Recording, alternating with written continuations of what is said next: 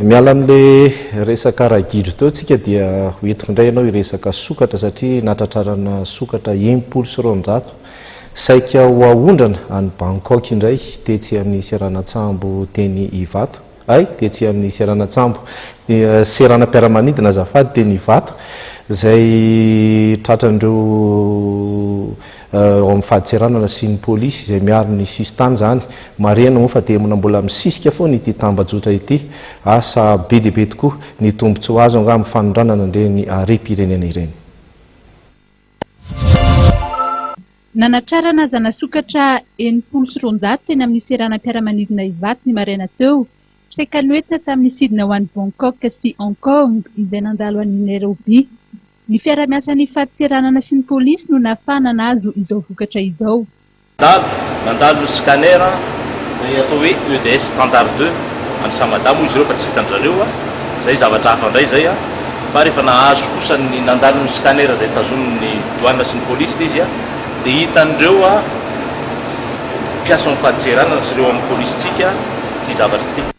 Tamin'ny 3 sasa maraina teo no natao ny fitsirihana ireo entana raha ny fantatra ary nisy nampiayata anaty ny valizy anankiroa. Karatra zany le élément de police, élément de douane izay miasa teo hoe misy tsy mazava zany le entana dia naverina ny jerena indray mandeha dia rehefa nijerena zany tonga dia hita teo hoe sokatra io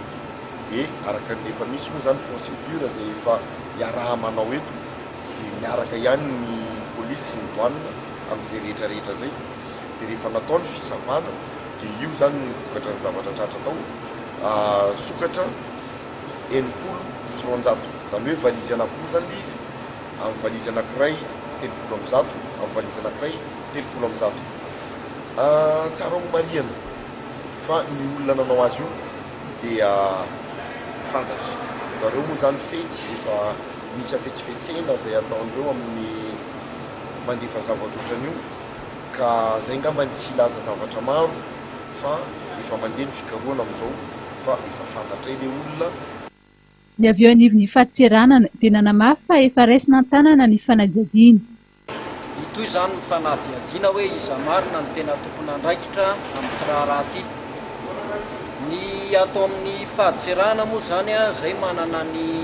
service atao hoe service de la lutte contre la fraude douanière. Ry zareo zany no andray an-tanana ny fanadihadiana lalina satria hatreto aloha dia mbola hifampitadiavana ny olona tokony tondra an'ireto entanareto. Marihana fa mifono scotch, tsy afaka mihetsika ary mifono raglan ireo sokatra tao anaty valizy ireo. Efa tonga teny Ivato ny maraina teo ny tompona andraikitra avy eo anivon'ny TSA na ny Turtle Survival Association izay mandray an-tanana ireo sokatra saika ahondrana toy izao ary mamerina azy ireo indray any anatina